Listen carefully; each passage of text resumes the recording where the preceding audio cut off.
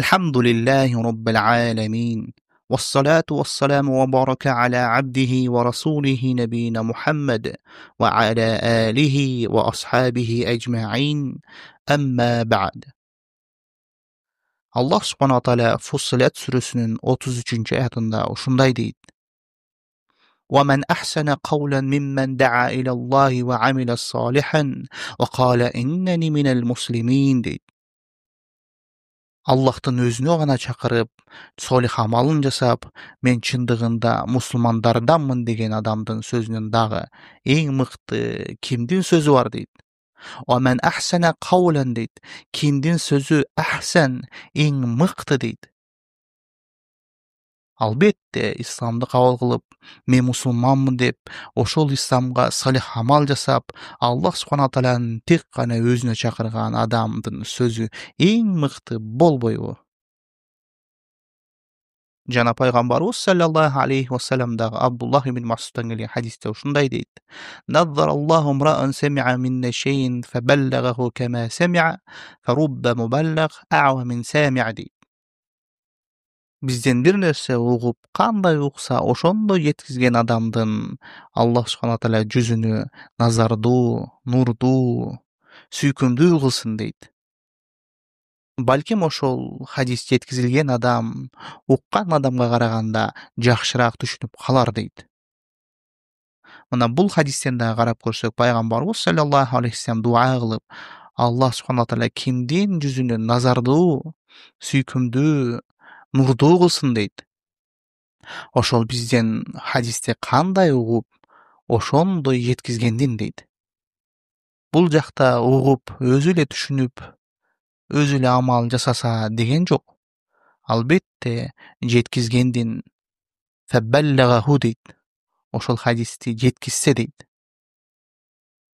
Özüle karap görsök ar bir jinalgan mal mülktün zeketi bolgon syakty ele ilimdin dagı zeketi bolot. Al ilimdin zeketi öz amal jasap andan keyin bürönü üretүү bolot. Oşol algan ilimine çakırуу, davat kılуу bolot. Oşol mal mülkünü jinap turup birok zeket berбеген adamды Allah subhanahu wa ta'ala tozok menen korkutkan symал ele ilimini jinap turup ilimine zeket berбеген adamды dagı Allah subhanahu wa ta'ala tozok menen korkutkan.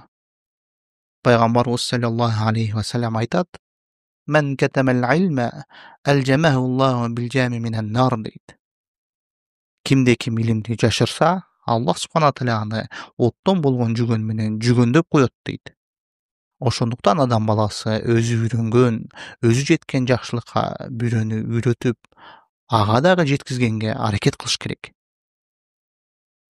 Adam balası özü jetken jakşylыкka bürülөрü dagı çakırmasa, al tek gana öz жалгыз başyny oylogondordan bolup kalat.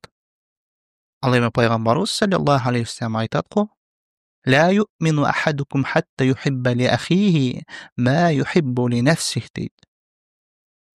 Sizlerden biriňerden ymany hiç kaçan toluk bolboýt, özüne kalagan erseni başka bir tuganyna kalamaýynça deydi.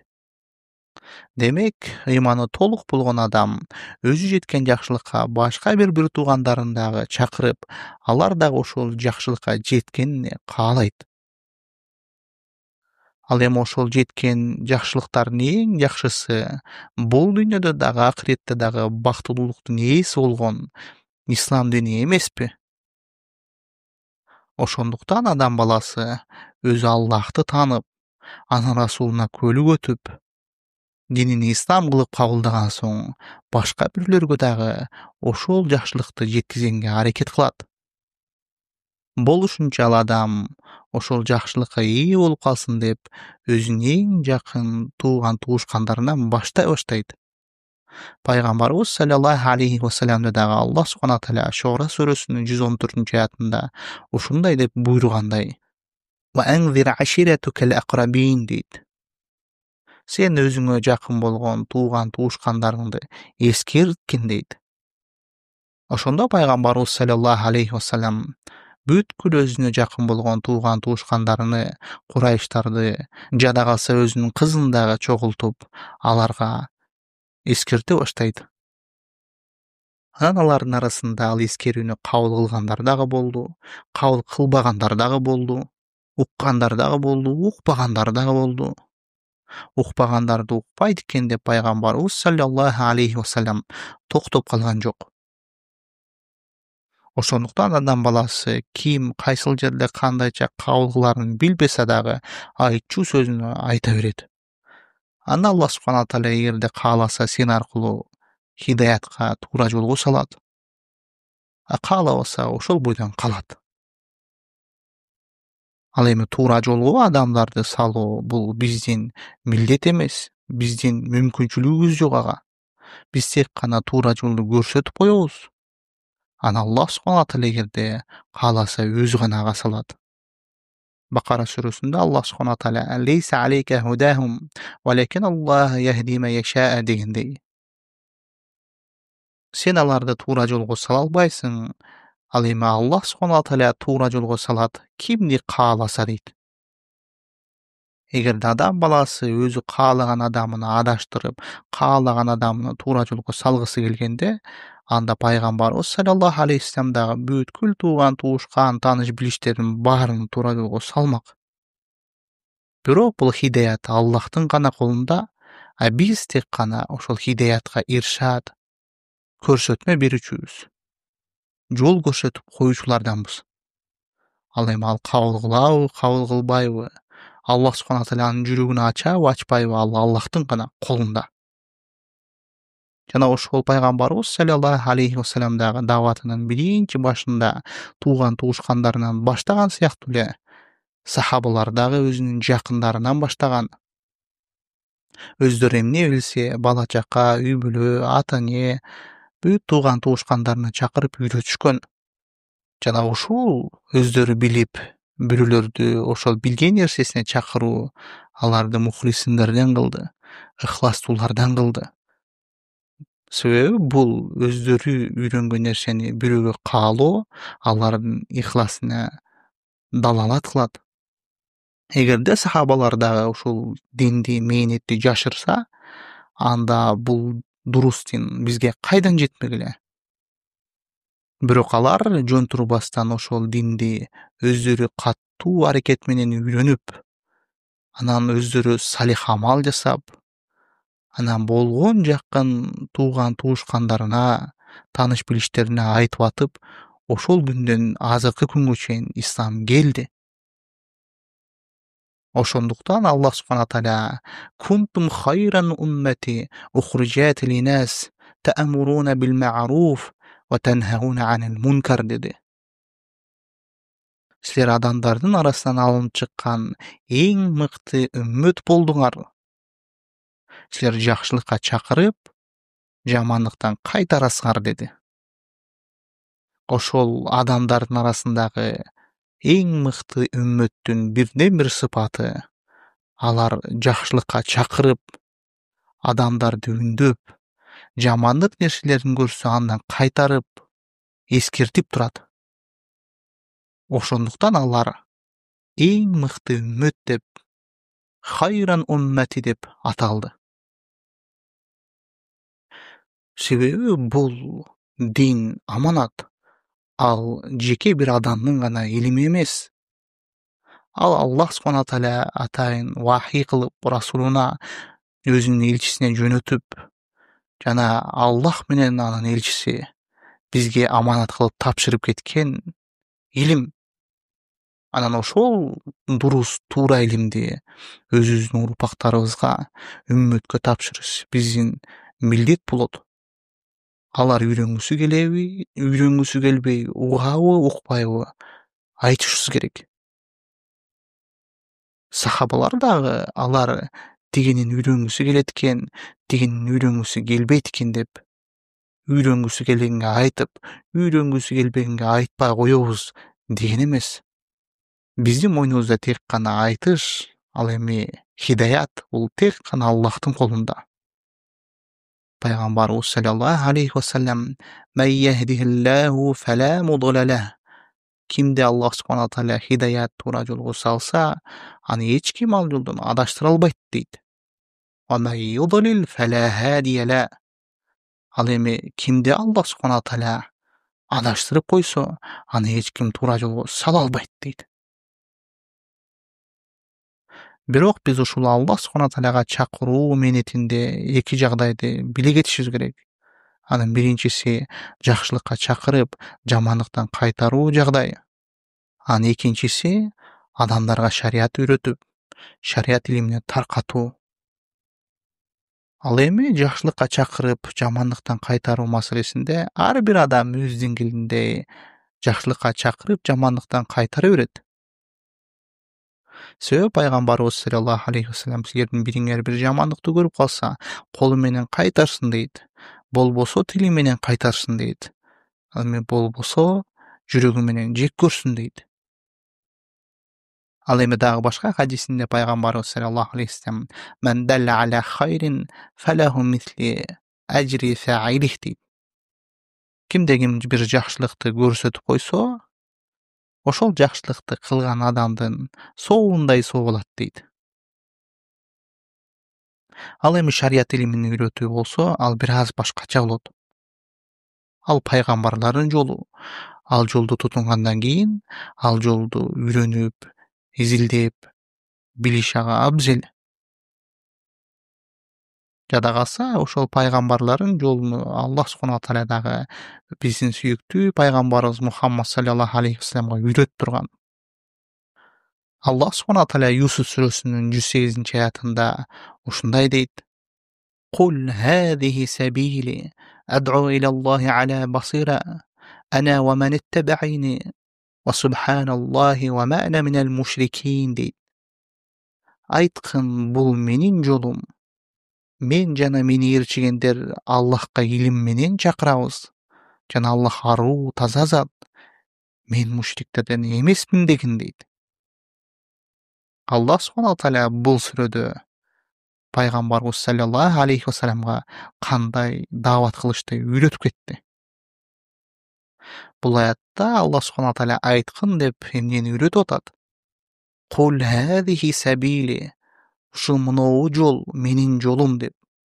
Жана бул аят менен пайгамбарлардын жолу кандай болгонун бизге дагы үйрөтүп атат. Анан Аллах субхана тааля айтат: "Аду илаллах", мен Аллахка чакырам деп. Мынакей. Биринчи пайгамбарлардын жолу Аллахка гана чакыруу болгон. Бул жакта ихлас, тек гана улук болгон Аллахтын жүзү үчүн Аллахтын өзүнө гана чакыруу болуш керек дейт. Аля басира. Анан экинчиси эмне менен? Илим менен дейт. Жана ушул жолдо ана ва ман иттаба'ини, мен жана мени ээрчигендер дагы дейт. Пайгамбарыбыз саллаллаху алейхи вассалам жана аны ээрчигендер дагы ушундай кылган. Тек гана жеке жалгыз Аллахтын өзүнө илим аркылуу чакырышкан. Алар чакырганда бир өздөрүнүн тайпасына, жамаатына, уюмуна, сектасына чакырган эмес. Алар чакырганда тек гана Аллахка чакырган. Аны Аллахка чакырганда алар өздөрү дин токуп, өздөрүнүн ойлорунан жаңылык киргизип, адамдарга ошол жаңылыктарын таңгуулап чакырган эмес. Алар ошо Аллахтан түшкөн илимнин негизинде Аллахтын өзүнө чакырышкан. Демек бул жакта Аллахка чакыруу, Аллахка даават кылуу эки негизде болуш керек экен.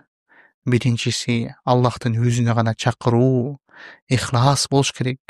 Эч бир кызыкчылык болбош керек чакырууда. Экинчиси илим менен чакырыш керек. Ал илим Аллах айтты, анын расулу айтты, сахабалар айтты деген сөз менен чакырылат. Эгерде адам Аллах эмне деп айтканын билбесе, анын расулу эмне дегенин айтканын билбесе, сахабалар эмнелерди кылганын билбесе, илими жок болсо каяка чакырат? Албетте ал өзүнүн адашуусунан башка эч нерсеге чакырбайт. Себеби аалымдар айткандай, факыду шей'i ла ю'таху дейт.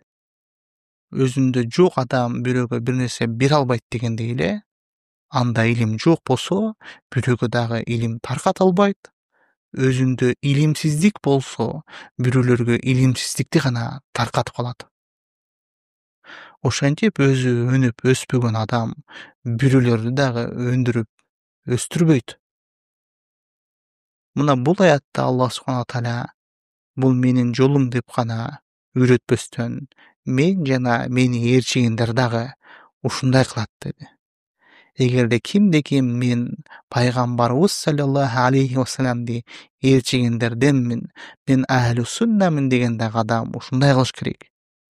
Ал биринчи чакырса Аллахка чакырып, экинчиси илими менен чакырыш керек.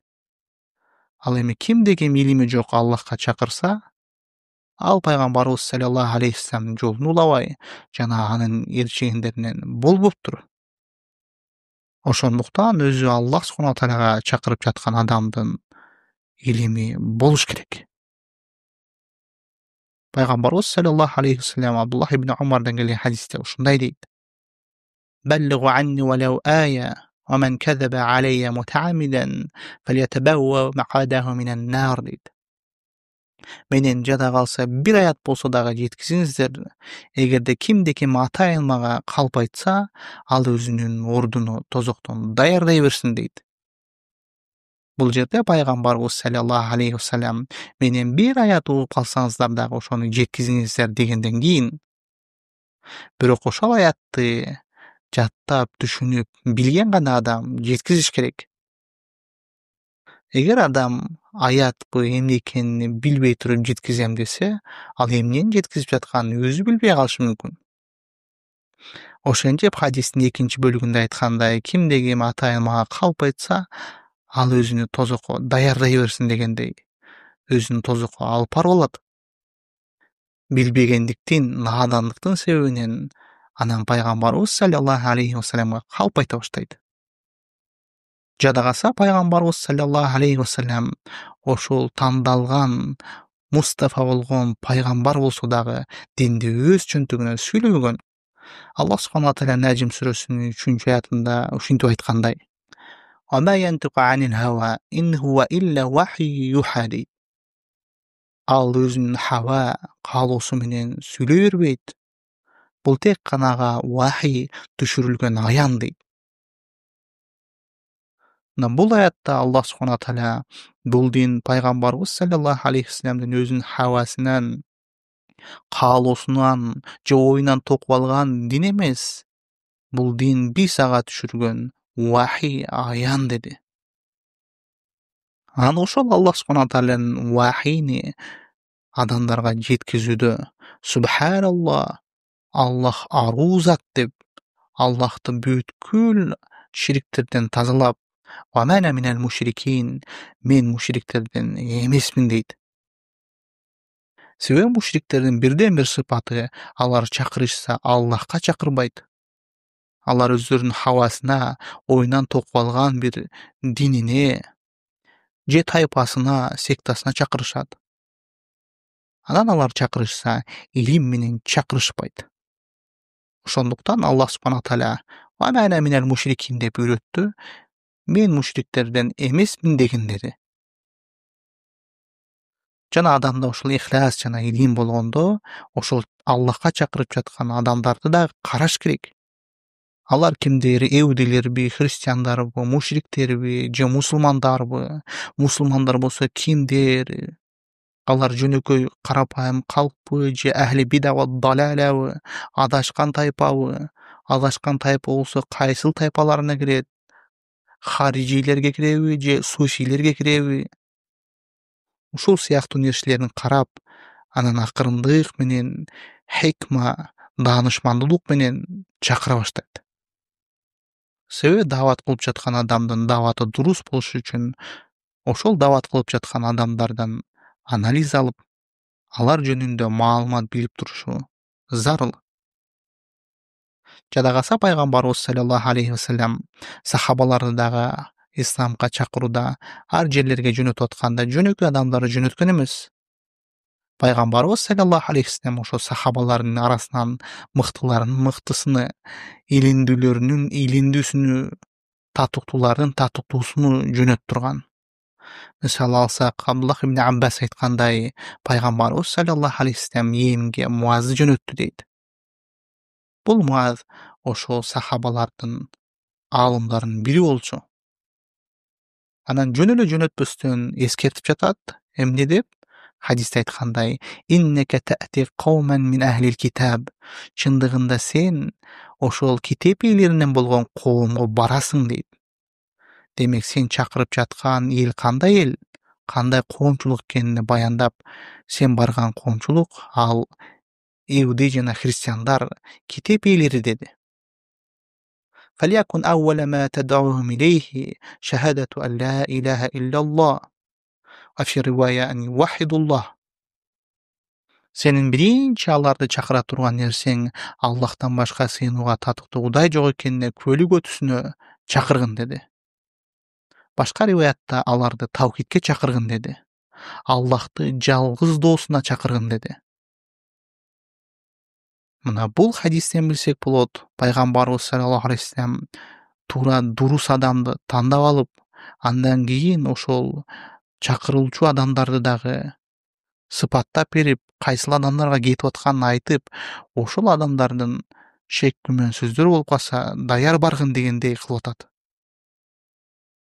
Эгерде адам баласы өзү билбеген жерге асмандан түшүп баргандай эле барса, ал жака шариатты айтам деп, анын тескерисин айтып кайтышы мүмкүн. Ошондуктан дагы Аллах субхана тааля Нахл сүрөсүнүн 125-аятында бизге ошол дават кылуучу адамдарга кандай дават кылышты ушинтип үйрөтөт. Уд'у иля сабили роббика бил хикмати вал мауизатил хасанати ва жадилхум биллати хия ахсан дейт. Сен өзүңдүн Роббуңа эң мыкты даанышмандылык менен жана жакшы вайз, насихат менен жана эң мыкты тартыш менен чакыргын дейт. Аллах субхана тааля бул аятта бизге ошентип чакырып жаткан адамдарга кандайча ыкма менен чакырышты үйрөтүп кетти. Аларга биз биринчи даанышмандуулук менен, экинчи эң мыкты вайз, насихат менен, үчүнчү эгерде ошондо дагы күмөндөрү калып калса, эң мыкты деңгээлдеги тартыш менен чакырышыбыз керек экен. Демек, ушул жерде ошол чакырылып жаткан адамдар 3 топко бөлүнүп калат экен. Биринчи топтогу адамдар бул жакшылык менен жамандыкты билбей, бирок изденип жүргөн адамдар болуп калат. Аларга бир таамай даанышман сөз менен айтсаң эле, бул жакшылык, буну ээрчигин, буну кармангын, буга умтулгун деп, жана бул жамандык, буну ташта, bundan бир кыйналып каласың, азап чегесиң десең эле, алар жакшылык менен жамандыкты билип, дароо жакшылыкка кайтат. Экинчи топтогу адамдарга сөзсүз вайз, насихат кылчу адамдар. Себеби ал адамдар жакшылык эмне, жамандык эмне экенин билишет. Бирок ыйманынын алсыздыгынын себебинен жакшылыкты көп кыла бербейт, а жамандыкты кылууну уланта бериши мүмкүн. Андай адамдарга бир аз таргип, ойготуу менен, таргип, коркутуу менен, бул жакшылыктарды кылсаң мындай сага сооптор болот, бул жамандыктарды кылсаң мындай сага азаптар болуп калышы мүмкүн деп коркутуп, көңүл бурусун ойготуп, ыйманын көтөрөсүң. Андай адамдарга ал-мауизатил хасана менен чакырасың. Жакшы насихат кылып. Үчүнчү топтогу адамдар бул ошол жакшылык менен жаманчылыкты алмаштырып алгандар. Жакшылыкты жамандык, жамандыкты жакшылык деп көрүп калгандар. Сүннөттү бида, биданы сүннөт деп, ширкти тавхид деп, тавхидти ширк деп алмаштырып алгандар. Аларга бул сүннөт деп сүннөттү көрсөтсөң жок, ал бидат деп, ал эми бидатты бидат деп көрсөтсөң жок, бул сүннөт деп сен менен тартышат. Андай адамдарга жок, бизге талаш тартыш болбойт деп кетип калбайсың. Анын шубхат күмөндөрүнө кетиришиң үчүн илим менен ошол талашка кирип, эң мыкты деңгээлде талашасың. Себеби бидатты бидат, сүннөттү сүннөт, ширкти ширк, тавхидти тавхид деп ошол илимейлери түшүндүрбөсө, анда кимдер түшүндүрөт? Бирок ошол түшүндүрүү ыкмасында эмнени колдонуп? Эң мыкты талашты колдонуп, кичипейилдүүлүк менен «Важадилхум биллати хия ахсан» дегендей. Ахсан деп эң мыкты тартыш менен дейт. Сөйгө пайгамбарыбыз саллаллаху алейхи вассалам Айша энебизден жана Анас ибн Маликтен дагы ушундай хадистерде айтат. Ма кана рифқу фи шейин илля зана, ва ла нузия мин шейин илля шана дейт. Бир нерседе кичипейилдүүлүк болсо, ал тек гана аны кооздойт. Ал кичипейилдүүлүк анда жок болсо, аны кыйратып жок кылат дейт. Бул хадисте пайгамбарыбыз саллаллаху алейхи вассалам ошол кичипейилдүүлүк бир жумушта болсо, аны кооздойт. Ал эми анын жоктугу аны жок кылат дейт. Максат ошол Аллахка чакырууда дагы адам ката кылып атканын мойнуна коюшта эмес, корсетип эле барып, урушуп, сен тигиндейсиң, мындайсың деп. Ал эми максат ошол жаман иш жаман экенин анын мойнуна коюш эле эмес, ошол жаман иштен кайтаруу. Ошол басып бараткан тозок жолунан кайтарууга себеп болуу. Ал эми ал кабыл кылса, альхамдулилля жакшы, ал эми кабыл кылбаса, ал Аллахтын колундагы иш. Бирок ал корстук кылып, сөгүп, сагып, силкип, жаман мүнөзү менен Аллахка чакырып, өзүмдүн мойнумдагы важипти аткардым, орундадым десе, ал жаңылат. Ал важибин орундабаганы. Ал ошол жакшы жакка чакырам деп, тескерисинче жаман жакка бекемдегени. Балким сен ошол хакты кабыл кылайын деп, жакын калган адамды корс мүнөзүң менен алыстап таштадың. Амал жасайын дегендин жолунан тосуп койдуң. Ошондуктан пайгамбарыбыз саллаллаху алейхи вассалам айткандай, кичипейилдүүлүк тек гана амалды кооздойт дегендей, ошол жаман хулук мүнөзүңдү таштап, кичипейилдүүлүк менен Аллахка чакырыш керек. Адам өзүнүн кемчилигин оңдоп, анан бирөөлөрдүн кемчилигин оңдош керек. Ошондуктан дават кылып аткан адам дават кылчу адамдарды билип, анын оюна, түшүнүгүнө, билимине жараша дават кылыш керек. Али раддиаллаху анху дагы ушундай дейт: «Хаддисун наси бима я'рифун, аттухиббуна ан юказзибу Аллаху ва расулуху» дейт. Бул жакта Али раддиаллаху анху айткыла ал хадисте адамдардын билгенине жараша, алардын аң сезимине жараша дегени. Анан силер эмне Аллахка жана анын расулуна адамдар калпчы дегенин каалап атасыңарбы дейт. Мына бул Али раддиаллаху анхунун сөзүндө дагы ошол дават кылып атканда адамдардын түшүнүгүнө, деңгээлине түшүп сүйлөңүздөр. Сиздердин сөзүңөрдү түшүнбөй калып, алар Аллахты жана анын расулунун калпчы деп калбасын дейт. Жада калса Аллах субхана тааля дагы Анкабут сүрөсүнүн 46-аятында ошол ахли китаптарга дагы катты кош мамиле жасабагыла. Алар менен тартылышсаңар, эң мыкты деңгээлде тартылышкыла дейт. Ва ла туджадилу ахлал китаби илля биллати хия ахсан дейт. Мына бул аятта дагы эгер силер ахли китаптар менен тартышсаңар, эң мыкты жол менен тартышыңыздар дейт. Мына бул жакта христиан же иудейлер болсо сөгүп сагып, болбосо сабап таштагыла деген жок. Жада калса Аллахтан башка алар сыйынып жаткан буттарны дагы сөгүштөн бизди кайтарган. Аллах субхана тааля Ан'ам сүрөсүнүн 108-аятында ушундай деп: «Ва ла тасубуллазина яд'уна мин дуниллахи фаясубуллаха адван бигайри илм» дейт. Ошол Аллахтан башка сыйынылып жаткан буттарды сөгүп сакпагыла дейт. Алар ошол мушриктер силерге душмандык кылабыз деп Аллахты сөгө баштайт дейт.